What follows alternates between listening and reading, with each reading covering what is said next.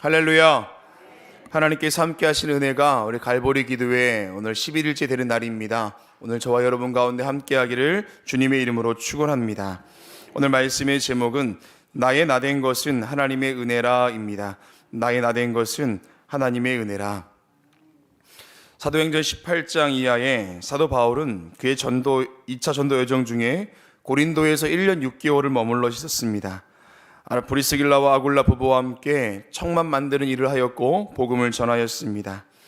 고린도는 주전 145년경에 로마의 루시우스 먼미우스라는 장군에 의해서 폐허가 되었습니다.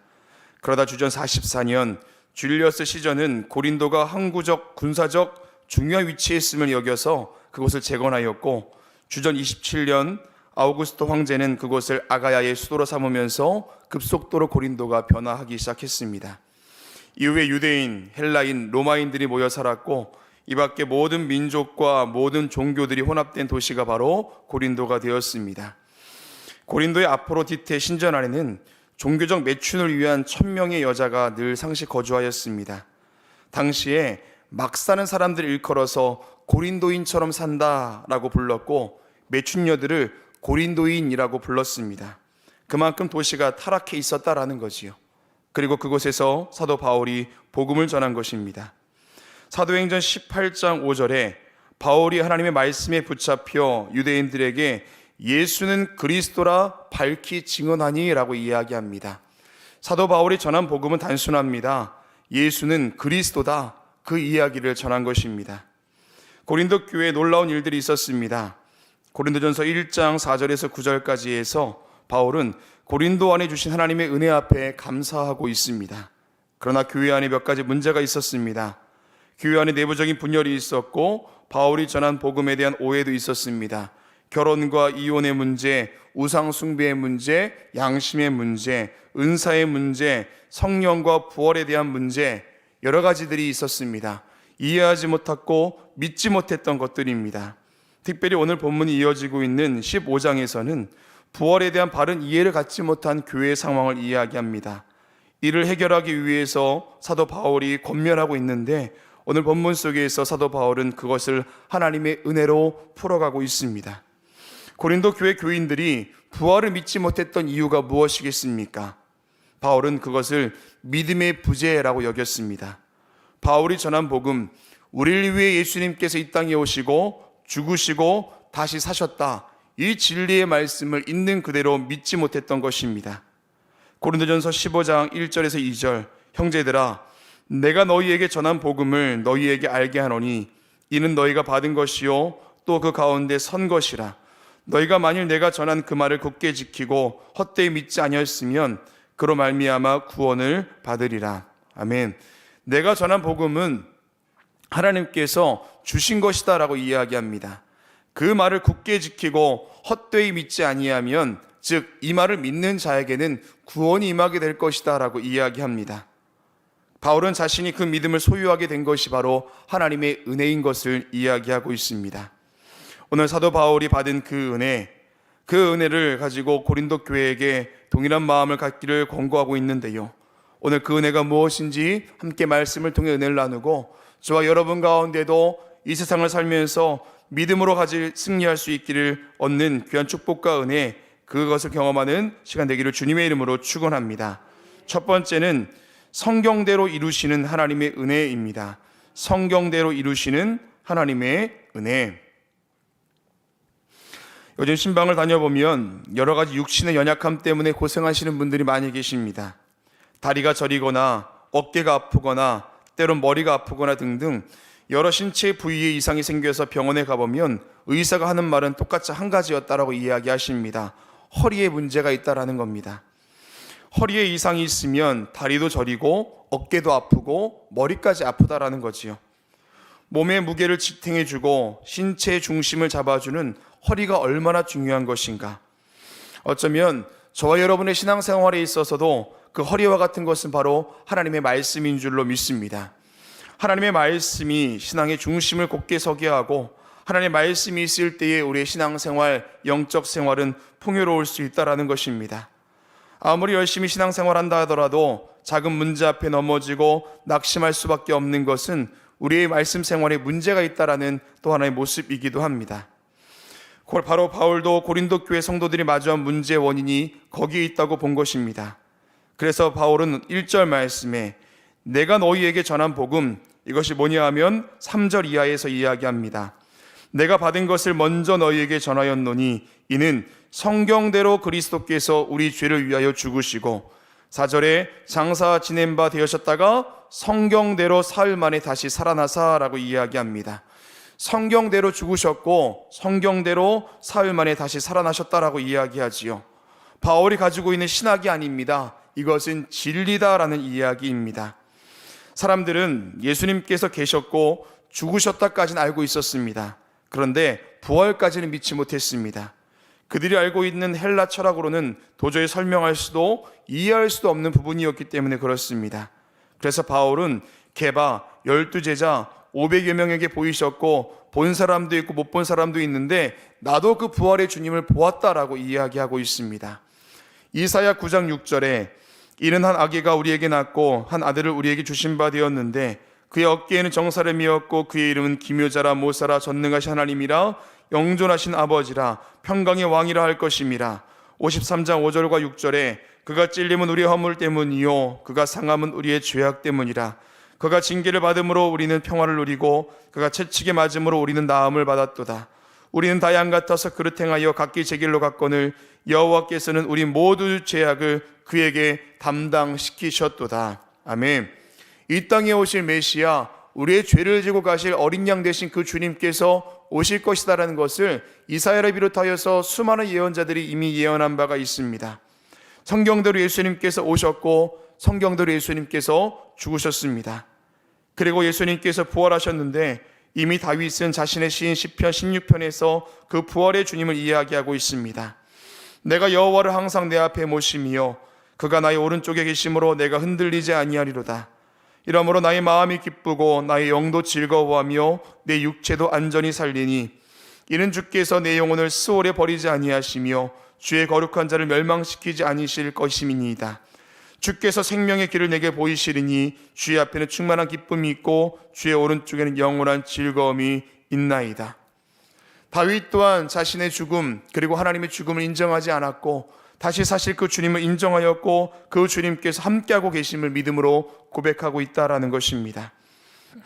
지금도 예수님께서는 우리와 함께 하시고 그리고 여전히 그 부활의 승리 가운데 동행하시는 줄로 믿습니다.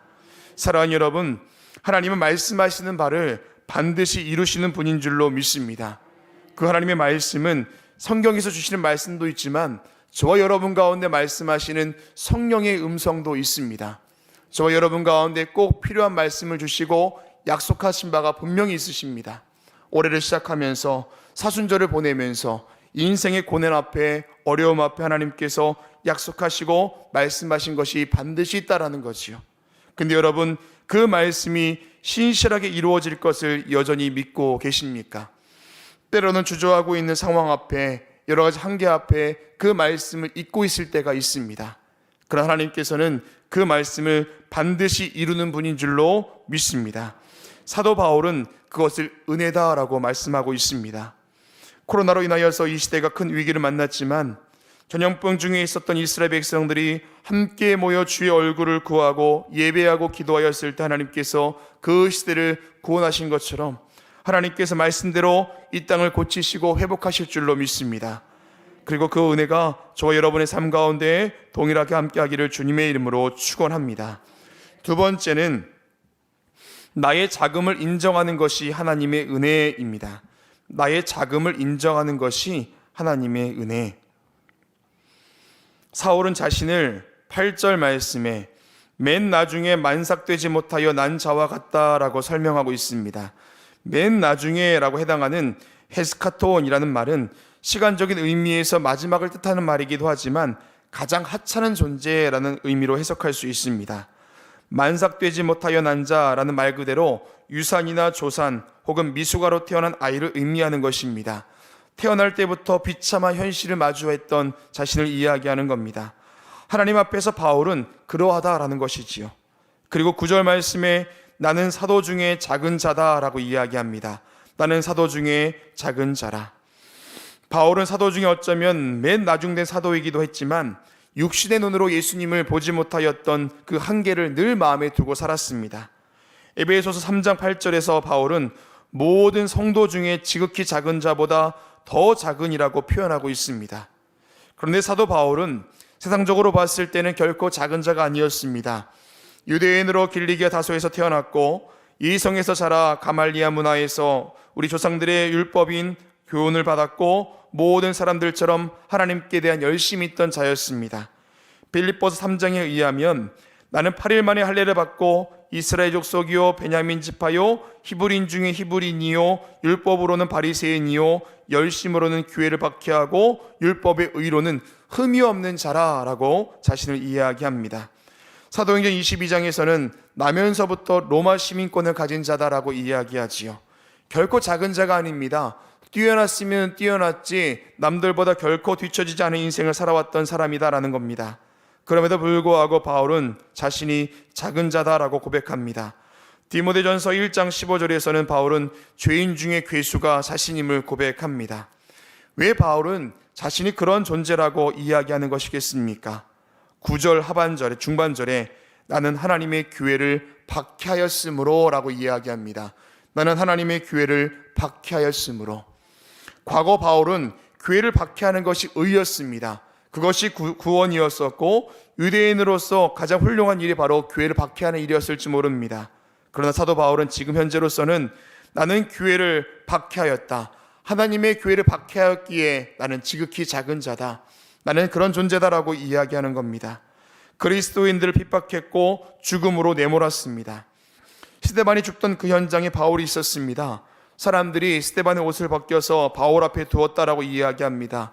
그것은 단순히 바울이 옷을 맡고 있던 사람이라는 것을 이야기하는 것이 아닙니다. 당시의 사람의 옷은 그 사람의 권위를 이야기합니다. 바울 앞에 옷을 두었다라는 것은 스데반을 죽이려는 무리들 중에서도 바울의 위치가 어디에 있는지 알려주고 있습니다. 누구보다 열심히 하나님의 교회와 예수 믿는 자를 박해했던 자입니다. 그런데 바울이 지금은 누구보다 열심히 예수님을 전하는 사도가 되었습니다. 이것이 뭐라고 이야기합니까? 10절 말씀에 내가 나 된 것은 하나님의 은혜로 된 것이니 라고 이야기합니다. 이 모든 것이 하나님의 은혜다라는 것입니다. 바울은 자신의 그런 연약함을 드러냈습니다. 부활의 주님을 만나 변화된 자신을 이야기하는 것입니다. 이것이 능력이라는 것이지요. 고린도 교회 성도들을 향하여서 이 이야기를 하는 이유가 무엇이겠습니까? 하나님의 은혜, 하나님의 부활의 능력을 하나님 부활의 주님 만났을 때에 자신의 인생이 변한 것처럼 너희들의 삶 가운데도 있어야 할 그 변화에 대해서 이야기하는 것입니다. 그 능력의 주님이 나를 변화시킨 것처럼 그 능력의 주님이 여전히 이 교회와 함께하고 있다는 것입니다. 사랑하는 여러분, 우리 연약함을 통하여 하나님은 일하시는 줄로 믿습니다. 자기 자신을 비운 사람에게 하나님의 은혜를 채워주시고 낮은 자를 높여주시고 가난한 자를 부욕해 하시고 약한 자를 강하게 하시는 분이 우리 주님인 줄로 믿습니다. 삭개오가 나무에 오른 것은 자신의 연약함에 대한 인정이었습니다. 사람들의 눈치와 자신의 위치가 아니라 나의 연약함을 인정하고 나무에 올라갔을 때 그 주님께서는 삭개오를 찾아와 주셨다라는 것입니다. 사랑하는 여러분, 저와 여러분의 연약함을 감추는 것이 아니라 주님 앞에 내어놓을 때에 그 연약함을 채우시고 능력으로 바꿔주실 그 주님의 은혜가 함께하게 되기를 주님의 이름으로 축원합니다. 마지막 세 번째는 받은 은혜를 주는 것도 하나님의 은혜입니다. 받은 은혜를 주는 것도 하나님의 은혜. 지난 금요일 마태복음 18장의 말씀, 10,000달란트 탕감받은 자가 그 은혜를 기억하지 못하고 자신에게 100데나리온 빚진 자를 옥에 가두는 예수님의 비유의 말씀을 우리가 함께 은혜를 나누었습니다. 이것은 비단 그 사람의 이야기가 아닙니다. 오늘 저와 여러분에게도 주시는 말씀인 줄로 믿습니다. 받은 것이 있다면 나누는 것은 당연한 것입니다. 그런데 결코 이것이 쉽지 않습니다. 11조가 어려운 이유가 바로 거기에 있습니다. 교회에서 헌신하고 봉사하는 것이 어려운 이유가 바로 거기에 있습니다. 우리의 물질, 하나님 주신 것이라 고백하는데 왜 그 중에 10분의 1을 드리는 것이 왜 이렇게 어려운 것일까요? 우리에게 건강 주신 것도 하나님의 은혜요, 생명 주신 것도 하나님의 은혜요, 시간 주신 것도 하나님의 은혜인데 왜 그 시간과 건강과 우리의 것을 드리는 것이 왜 이렇게 어려운 것일까요? 그러면서도 우리는 여전히 받을 은혜만을 강구하고 계시진 않습니까? 오늘 본문의 사도 바울은 10절 말씀에 내게 주신 그의 은혜가 헛되지 아니하여 내가 모든 사도보다 더 많이 수고하였으나 라고 이야기합니다. 자기가 받은 그 은혜가 헛되지 않기 위해서 그 또한 수고했다라는 겁니다. 고린도후서 11장 23절 이하에 내가 수고를 넘치도록 하고 옥에 갇히기도 더 많이 하고 매도 수없이 맞고 여러 번 죽을 뻔하였으니 유대인들에게 40에서 하나 감한매를 5번 맞았으며 3번 태장으로 맞고 1번 돌로 맞고 3번 파선하고 1주야를 깊은 바다에서 지냈으며 여러 번 여행하면서 강의 위험과 강도의 위험과 동족의 위험과 이방인의 위험과 시내의 위험과 광야의 위험과 바다의 위험과 거짓 형제 중의 위험을 당하고 또 수고하고 애쓰고 여러 번 자지 못하고 줄이며 목마르고 여러 번 굶고 춥고 헐벗었노라. 이 일은 고사하고 아직도 날마다 내 속에 눌리는 일이 있으니 곧 모든 교회를 위하여 염려하는 것이라. 아멘. 사도 바울은 자신이 받은 그 은혜를 늘 갚기 위하여서 부단히 살아왔던 것입니다. 자신의 목숨을 아끼지 아니하였고 최선을 다하여서 온전한 열심으로 복음 전도자의 삶을 살아갔다라는 것입니다. 그렇게 할 수 있었던 것은 자신의 만족 때문이 아닙니다. 내가 한 것이 아니요 오직 나와 함께 하신 하나님의 은혜다라고 10절 하반절에 고백하고 있습니다. 사랑하는 여러분, 어둠 가운데 있던 이 땅에 예수 그리스도께서 우리를 위해 이 땅에 오셨습니다. 저와 여러분은 특별히 어려운 시대 가운데에 특별한 사순절을 보내고 있습니다. 어느 때보다 우리에게 주신 은혜를 가지고 나라와 민족, 이 시대를 위해 기도하는 사명이 우리에게 있는 줄로 믿습니다. 나 개인의 묵상과 나 개인의 은혜를 넘어서서 그 은혜가 나라와 민족, 지금도 신음하고 아파하고 주님의 구원을 기다리는 자를 위하여 가야 할 줄로 믿습니다. 그 기도가 오늘 우리 가운데 있어야 하는 줄로 믿습니다. 특별히 오늘은 3.1절입니다. 나라를 위해 분연히 일어나 만세를 외쳤던 선진들의 열정과 나라 사랑하는 마음으로 목숨을 아끼지 아니하였던 그들의 열정과 기도와 간절함이 오늘 우리 기도 가운데 있어야 할 줄로 믿습니다. 오늘 그 믿음 가지고 승리하며 하나님의 은혜를 깊이 묵상하는 저와 여러분 되기를 주님의 이름으로 축원합니다. 기도하겠습니다. 사랑과 은혜의 주님, 나의 모든 것이 하나님의 은혜인 것을 고백하면서도 그 은혜대로 살지 못하였던 우리 연약함을 용서하여 주시옵소서. 우리의 무지를 바꿔주시사 하나님의 지혜로 은혜를 깨닫게 하여 주시고 그 은혜를 나눌 수 있을 만한 마음의 넉넉함을 허락하여 주시옵소서. 특별히 오늘은 3.1절입니다. 하나님께서 함께 하시사 이 나라를 믿음으로 세우셨던 그 믿음의 흔적들과 회복의 은혜가 다시금 이 땅 가운데 일어날 수 있도록 인도하여 주시옵소서. 남과 북의 문제 해결하여 주시고 이 시대 가운데 있는 아픔들 주님께서 위로하여 주시고 상처들 치료하여 주시옵소서. 오늘도 그 마음으로 기도하며 하루를 살아갈 때에 그 은혜가 충만하게 될 줄로 믿습니다. 하나님, 오늘도 주님 전에 귀한 예물 드릴 손길이 있습니다. 넉넉히 드린 것이 아니라 마음을 구별하여 드렸사오니 마음의 중심을 보시고 하나님의 은혜로 채워 주시옵소서. 간절한 기도의 제목 가운데 함께하여 주시사 내가 기도하는 것보다 더 큰 응답으로 함께하실 그 주님을 신뢰하며 드렸사오니 하늘의 응답을 경험할 수 있도록 인도하여 주시옵시고 세상이 줄 수 없는 참된 평강과 은혜의 복이 넘쳐나도록 인도하여 주시옵소서. 오늘도 간절한 마음으로 주님 앞에 기도할 때 우리 가운데 함께하여 주시사 마음의 중심을 주님께 드리게 하여 주시고 마음을 열고 주님의 뜻을 이루어내는 삶을 결단하는 하루가 되게 하여 주시옵소서. 우리 함께 하시며 우리의 은혜가 되시는 예수 그리스도의 이름으로 기도합니다. 아멘.